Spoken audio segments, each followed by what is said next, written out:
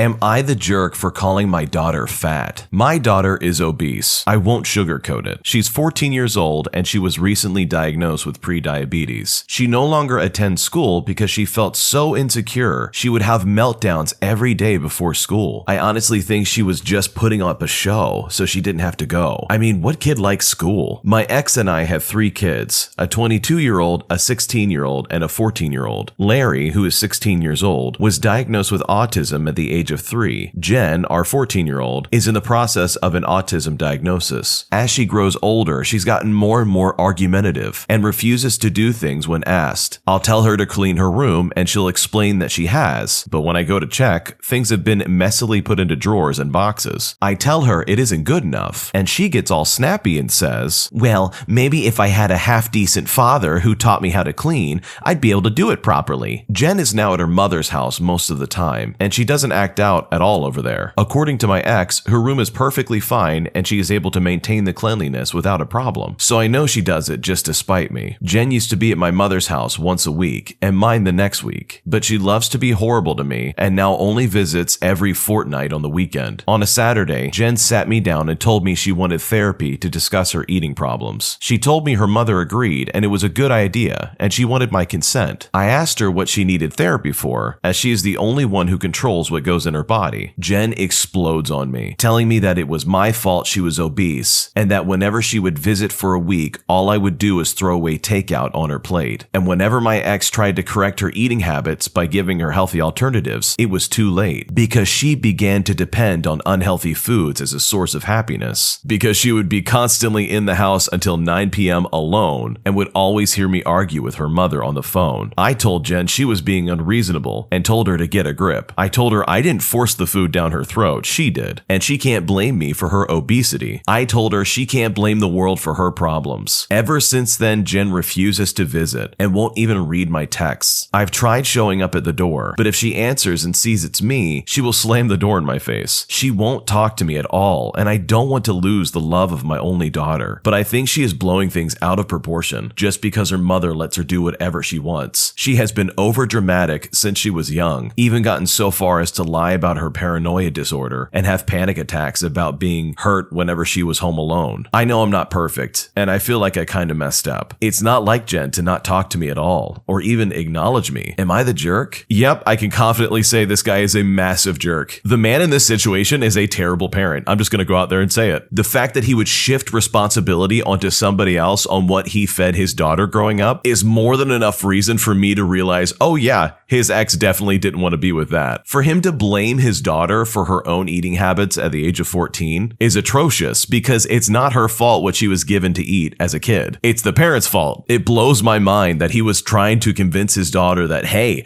I'm not responsible. I gave you the food. You just happen to eat it. It's your fault. When in reality, he's the one that gave her the bad food that she became addicted to. And the fact that he's so nonchalant and lazy about this is just absolutely appalling. I mean, I don't blame the little girl for not keeping her room clean. I'd keep that place as messy as possible too. Overall, I really feel bad for the 14-year-old girl in this situation, and hopefully she can get the help that she needs from the parent that actually cares about her. The full version of this video is actually going to be on the Am I the Jerk YouTube channel, so check out the link in the description for it. And if there are any updates to this story, that's where they'll be, in the same link. And separately, if you guys use Instagram, make sure to follow at AmITheJerk on Instagram to see the text form of a lot of these stories that you guys submit, along with some of these short form videos. The Instagram is actually a really good way to catch up on stories when you can't listen to anything, like if you're at work or school and you can't have headphones in. So anyway, check out Am I the Jerk and Am I the Genius on Instagram.